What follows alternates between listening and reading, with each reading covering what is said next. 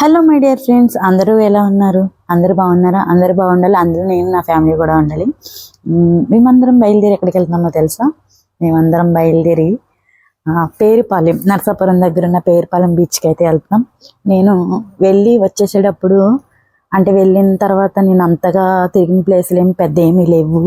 ఎందుకంటే మా నాన్నగారు వాళ్ళు ఇల్లు కట్టుకోవడం వల్ల ఆ పనుల వల్ల నేను పెద్దగా ఇండియా వెళ్ళాను కానీ పెద్దగా ఎక్కడికి వెళ్ళలేకపోయాను అనమాట, ఇంట్లో పనడం వల్ల. అందుకనే వెళ్ళిన కొన్ని ప్లేసులు నేను షూట్ చేశాను కానీ నాకు అక్కడ అప్లోడ్ చేసే టైం కూడా లేకుండే ఇంటికాడ. అందుకే ఇక్కడికి వచ్చిన తర్వాతే మళ్ళీ అప్లోడ్ చేస్తున్నాను నేను. ఇంకా వచ్చేసే టైం అయిపోయిందని వచ్చేసి ఒక 1 వీక్ ముందు అనమాట.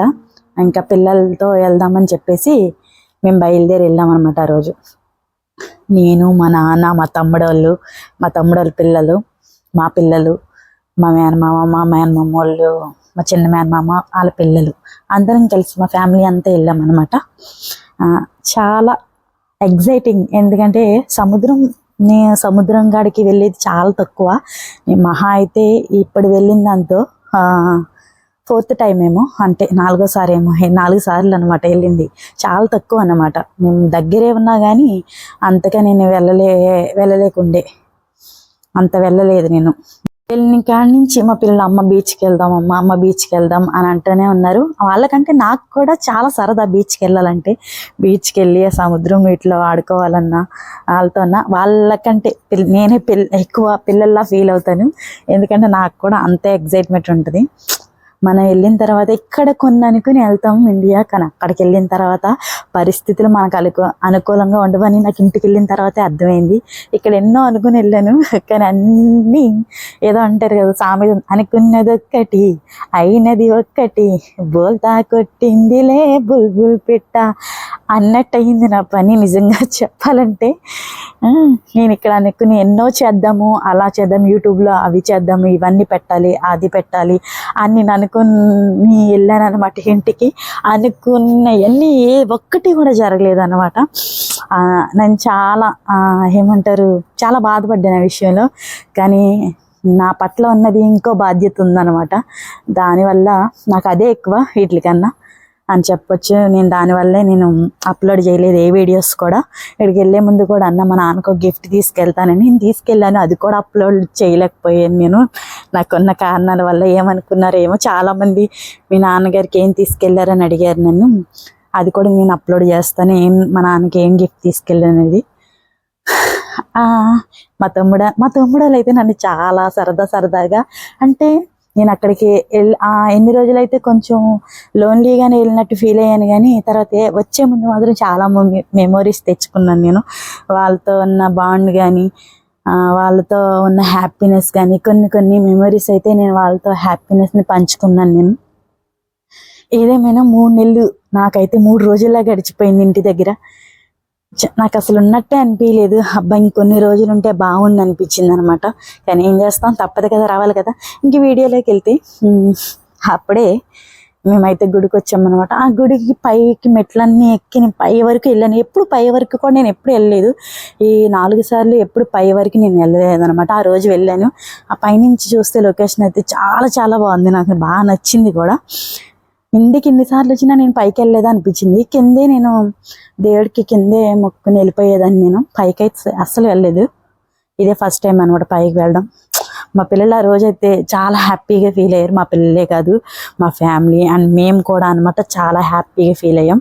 వెళ్ళంగానే ఫస్ట్ చర్చిలోకి వెళ్ళిపోయి చర్చిలో కాసేపు పిల్లలతోనూ మేము కాసేపు అలా గడిపి తర్వాత మేము బయటికి వెళ్ళిపోయాము అనమాట. కొద్దిసేపు అయిన తర్వాత మా అల్లుడు అయితే చాలా అల్లరి చేశాడు. మా నాన్నగారు మా అల్లుడు చాలా అల్లరి చేశాడు. ఎంత అల్లరి అంటే వాడు హ్యాపీనెస్కి అవధులు లేవు అనమాట. అంత బొడ్డోడైనా కానీ వాడు అసలు సముద్రం నీటిలో నుంచి అస్సలు రాలేదు, అసలు అంత హ్యాపీ వాడు ఉన్నాడు అనమాట. అలా మేము చర్చిలోకి వెళ్ళంగానే వెళ్ళి బయటకు వచ్చేసి మేము ఫస్ట్ అంటే సముద్రంకి వెళ్ళే ముందే తినేద్దామన్నారు, అందుకని తినడానికి వెళ్ళాం. కానీ అక్కడ ప్లేస్ అయితే అస్సలు బాగాలేదు, కానీ తప్పదు. ఇంకా అక్కడ ఆ ప్లేసులు తప్ప ఇంకెక్కడా లేవు అన్నమాట. ఇంకా అలా మేమందరం అలా కూర్చొని మేము అక్కడే తినేసాం, తెచ్చుకున్నది ఫస్ట్. అక్కడే తిన్న తర్వాతే మేము తర్వాత సముద్రం కాడికి వెళ్ళామన్నమాట. మా నాన్నగారు వెళ్తున్నారు ఫస్ట్, తర్వాత మా వాళ్ళు ఒక్కొక్కరు ఎంటర్ అవుతారు అనమాట. మా పిల్లలైతే ఫుడ్ కూడా వద్దు, ముందు నీటిలోకి వెళ్ళిపోదాం, సముద్రంలోకి వెళ్ళిపోదాం, సముద్రంలో దిగుదాం అని ఎప్పటి నుంచో పట్టు పెట్టారు.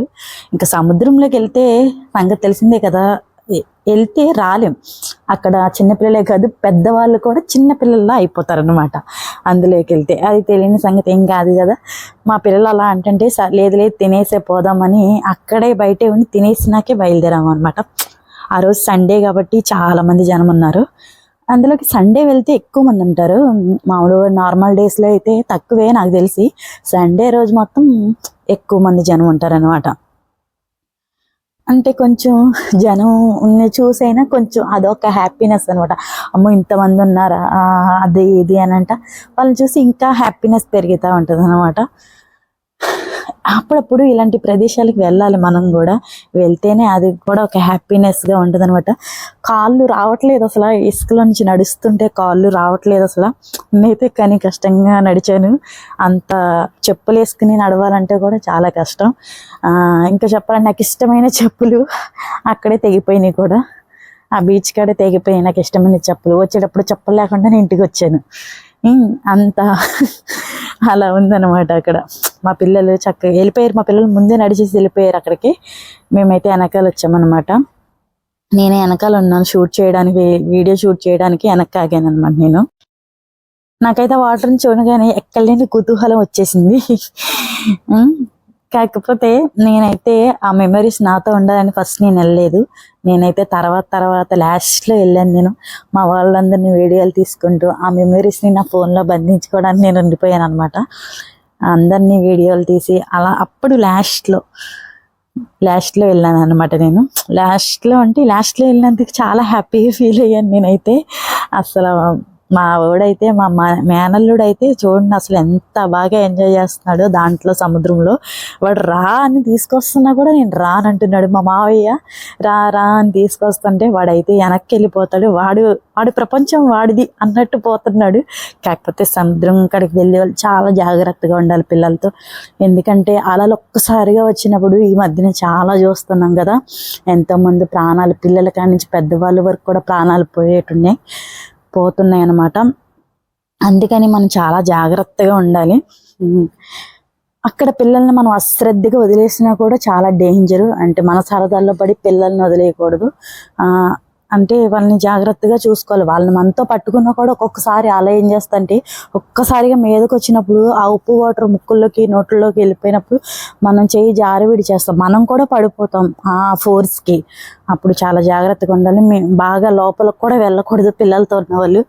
ఇంకా మా మావయ్య ఇలా అందరూ ఉన్నారు కాబట్టి ఆ పైన ఆడిచ్చారు పిల్లల్ని. అంటే కొంచెం అంటే బాగా పోటీ మీద అయితే లేదు సముద్రం, అంత ఉంది కానీ బాగా వెనక్కే ఉంది సముద్రం.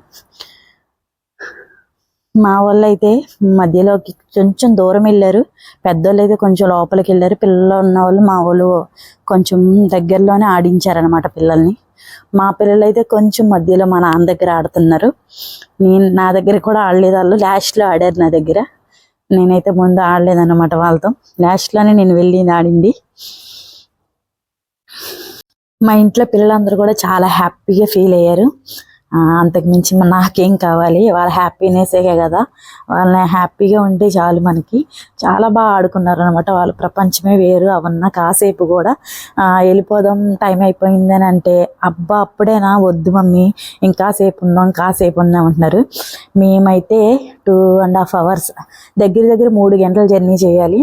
ఎందుకంటే నరసాపురం మేము ఉండేది కైకలూరు దగ్గర, మేము ఉండే దగ్గరికి ఆటోలో అన్నమాట మేము వచ్చింది. చాలా దూరం కాబట్టి మేము తొందరగానే తిరిగి వెళ్ళాలి కదా. ఎందుకంటే అప్పటికే మేము ఇంటికి తిరిగి వచ్చేసరికి 7 అలా అయిపోయింది అనమాట. అప్పటికే చేయటాడు పిల్లలతో వెళ్తాం కదా. మా చెట్టు తమ్ముడు కూడా చాలా బాగా ఎంజాయ్ చేశాడు. ఎంజాయ్ చేయడమే కాదు లాస్ట్లో అయితే నన్ను ఎత్తి పడేశారన్నమాట. నాకు అదొక చాలా హ్యాపీనెస్ అనమాట అది నిజంగా. లాస్ట్లో అయితే మా ఇద్దరు తమ్ముళ్ళు కూడా నన్ను పైకి అలా ఎత్తుకుని చాలాసేపు అలా ఆడించారు. అలా ఆడించి అలా ఉన్నంతసేపు నా హ్యాపీనెస్కి వదలలేవన్నమాట. చాలా బాగా అనిపించింది. ఎందుకంటే ఆ మూమెంట్ ఇదే ఫస్ట్ టైము నన్ను అలా ఎత్తుకోవడం. మా తమ్ముడు వాళ్ళిద్దరు ఒకసారి ఎత్తారు, తర్వాత మా చిన్న తమ్ముడు. హ్యాపీనెస్ చెప్తుంటే ఇప్పుడు కూడా నా కళ్ళలో వాటర్ వస్తాయి అనమాట. అంత హ్యాపీగా అనిపించింది నాకు ఆ మూమెంట్. నిజంగా లాస్ట్లో అలా ఎత్తి పడేసినప్పుడు ఇంకా సరదాగా అనిపించింది. ఏమో తెలీదు, చాలా హ్యాపీగా అనిపించింది ఆ క్షణం నాకు మాత్రం. అయితే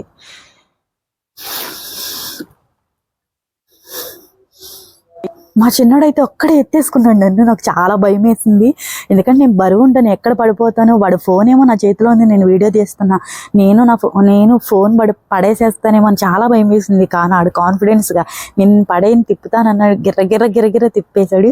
నాకు ఇంకా అనిపించింది ఆ క్షణం, ఈ ప్రేమ ఎప్పుడు జీవితాంతం ఇలాగే ఉండిపోవాలి. నా తమ్ముళ్ళ మీద నాకున్న ప్రేమ తరగకూడదు, వాళ్ళకి నా మీద ఉన్న ప్రేమ కూడా ఎప్పుడూ తరగకూడదు. మా మధ్యన ఎలాంటివి రాకూడదు, ఈ భేదాలు. ఏది చిన్నవి వచ్చినా ఆ చిన్నవి 2 రోజులు 3 రోజుల్లోనే పోవాలి అంతే. ఎందుకంటే రక్త సంబంధం కాబట్టి, నా రక్త సంబంధం కాబట్టి. Thanks for watching. నా వీడియో కనుక మీకు నచ్చినట్టయితే సబ్స్క్రైబ్.